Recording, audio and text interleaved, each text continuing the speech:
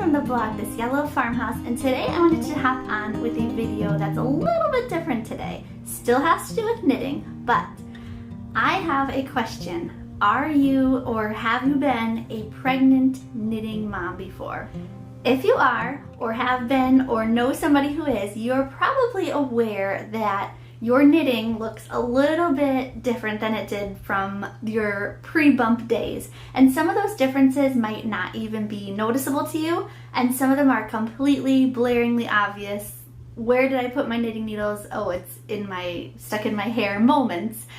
And so I wanted to kind of talk to you about the 5 stages of knitting while pregnant that I have come across. I am pregnant now with baby number 4. And I've had a lot of friends and family who are knitters and go through these exact same stages that I've pinpointed, and so I wanted to share those with you guys today in a fun video. So do you think you can guess all 5 stages? I know 5 is more than the 3 trimesters that there are in pregnancy, so it's broken up a little bit more. And also, what is the importance of knowing these 5 stages? How can this help you with getting through your pregnancy and also through your knitting at this time? So over the past 6 years of doing this whole growing humans thing, I've had very different pregnancies, and my first 3 were all girls. This is the first boy I've had, and still completely different pregnancies, different symptoms, but these 5 stages have completely remained the same, and so I'm excited to share them with you. No matter the gender, no matter what, these are going to be very common, I think, across the board, and so I'm interested to hear what you guys think. If any of these resonate with you, or you are kind of like, you have that ding ding ding moment of remembering that happened to you, let me know in the comments. And also, then you can help each other out and kind of talk amongst yourselves and with me and just kind of give each other support, because pregnancy is hard, and knitting while you're pregnant can be hard. Sometimes it's part of your nesting and it's all you want to do, and sometimes it's just something you are pushing off and want nothing to do with, and both reactions are totally normal. So let's get into it. Now, this video is not just for pregnant moms or moms to be. This is for if you've had a baby in the past. I think this will be kind of entertaining as you kind of see yourself in these different stages. Or if you know somebody who's pregnant, maybe your daughter, your friend, your niece is about to have a baby, you'll kind of be able to understand a little bit of what she's been going through, and hopefully it will explain a little bit of her sometimes erratic behavior and a little bit of her knitting habits over the past few months. And I really think that knowing these 5 stages and being able to find ourselves in these stages helps us with 2 things. It helps us know that we're not alone. You're not the only one who is nesting by hoarding yarn and buying yarn and collecting yarn, or maybe the complete opposite is true. You're not alone. It's completely normal. And also just seeing where you are in the journey. I know you could look at a calendar or a pregnancy app and see where you are, halfway through the 2nd trimester, just starting 3rd trimester, that kind of thing. But really seeing it in your behavior, I think really helps get you through those days of morning sickness and just the achy back and the swollen feet and all of that. And so I really hope that by finding yourself in this process, it will help you kind of with those emotions and really just understand this is normal. It's not just you, and it just, being pregnant can kind of show itself in different ways when you're knitting. So let's jump into the 5 stages. All right, stage number 1 is obviously very early in your pregnancy. You might not have even shared it with everyone else that you're pregnant, but you're kind of starting to feel maybe a little nauseous, maybe a little sore, and this is really the time where I go off grid. And it's happened time and time again. It has happened to my knitting mom friends. You kind of just pull back, and part of that is because a lot of times people aren't sharing it that they're pregnant, and so that's all that's on your mind, most likely, if you're the one who's pregnant. And it can be really hard to kind of find joy in the things you were doing. For me, for example, I went off grid 4 times in a row now during stage 1, and I wasn't on social media. I felt so guilty because I wasn't posting videos for you guys. I just felt pretty miserable and tired all the time. I wondered, especially with my first pregnancy, am I ever going to knit again? Like, maybe this was a fun hobby that I had pre-kids, but how can I ever keep up with it now that I'm pregnant, now that I'll have a newborn? Like, maybe this was just, we had a fun run, but I don't think I'll ever do that again. That was fun, but I don't think, it's not at the top of your priority, and you're not feeling well, and you're not going into yarn shops. For me, I couldn't scroll through Instagram or Pinterest, so I wasn't even getting inspiration. I didn't want inspiration because I was reminded of all these people who weren't pregnant, and not at all to say that I was not happy being pregnant, but when you're feeling kind of sick and miserable, it's hard to see everyone around you just functioning normal and living their lives, going out and eating fast food where you're like barely choking down pieces of bread. And also staying up late. So if you have kids already, a lot of us have only the evening to knit. And when you're going through this first stage, there's really no energy left in the tank by the end of the day. And you have a hard time staying up past 8:30.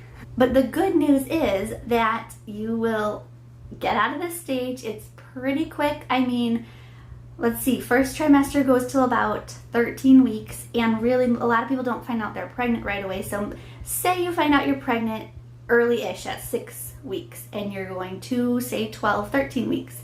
You're really only feeling kind of miserable for 6, 7 weeks, and really that does fly by. I know it seems like it's gonna last a lifetime, but it really does fly by, and before you know it, you're into stage number 2, which is when inspiration strikes. You are starting to feel better, you're not so nauseous, you've got a little bit of energy back, and it's kind of that honeymoon period of entering the second trimester, leaving the first trimester, entering the second trimester, and you are just in a dreaming phase. You really, for me, I wanted to be on Pinterest all the time. I can't even count the number of times I typed into Pinterest green and white woodland nursery ideas and knitting patterns, and it's so wonderful and blissful because you're feeling well, you have the energy, but there's no pressure yet. You don't have to know exactly what colors you want to knit your blanket in. You don't have to know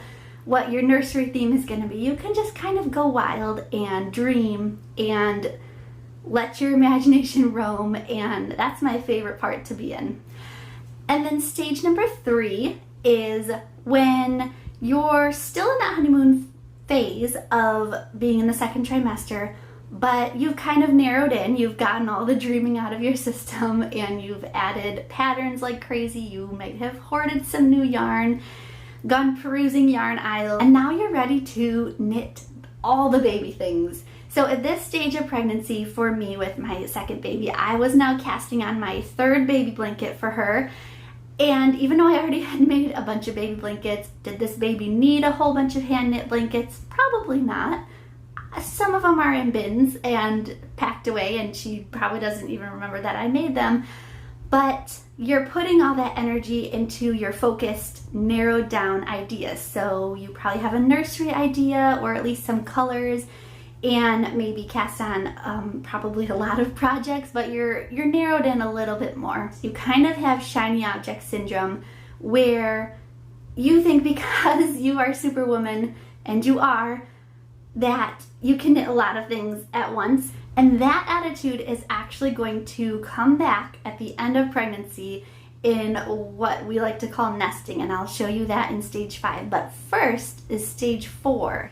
So for a lot of us, stage 4 corresponds with when you enter the 3rd trimester, and it's kind of like the honeymoon period is over, you're back to feeling tired, hopefully not nauseous, but you have to go to the bathroom all the time. It's just all this stuff. If you're sitting for any period of time, you're not really thinking about knitting, and really if you're sitting for any period of time, kudos to you, because I am up every 5 minutes to go to the bathroom. And I just feel like this is a stage where you really have to double down, remind yourself that you're Superwoman, go back to the projects that you have knit. So if you find yourself in kind of a slump and you're back to feeling tired and really big and uncomfortable and swollen, look back through the things you already knit your baby, and don't feel guilty because you're not knitting or sad that you're not knitting. really find joy in those things that you already have knit, even if it's just 1 or 2 things that were big projects or you just took your time on. It's really important to remind yourself of all of what you already made and how much your baby is going to love it, and as he or she gets bigger, they're going to really appreciate that you took the time to make something handmade for them. All right, the final stage is stage number 5. Now this is where I am right now. I am currently, at time of recording, 34 weeks pregnant, and this is the time where nesting comes in full force. I don't know the logic. There is no logical reason. I mean, I really should be exhausted. I should be tired and just putting my feet up, but there is just this force inside of you that is pushing to get all the things done. And you know that there is this deadline essentially coming up, and something about that mixed with the hormones makes you really want to do all of the things. So finishing those projects, starting new projects. With my 3rd baby, actually, I cast on another blanket. I already had finished maybe 3 or 4. I cast on another blanket 3 weeks before her due date. She was born 2 weeks before her due date, so I didn't finish this blanket in a week.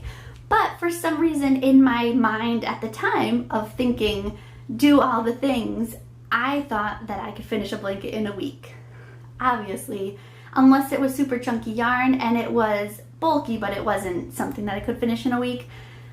I really just took it and went, and the to-do lists are long, the want-to-do lists are long, and by some miracle, we have the energy to maybe not complete them all the way, but really power through them in a way that just is mind-boggling, because like I said, we should be exhausted at this point.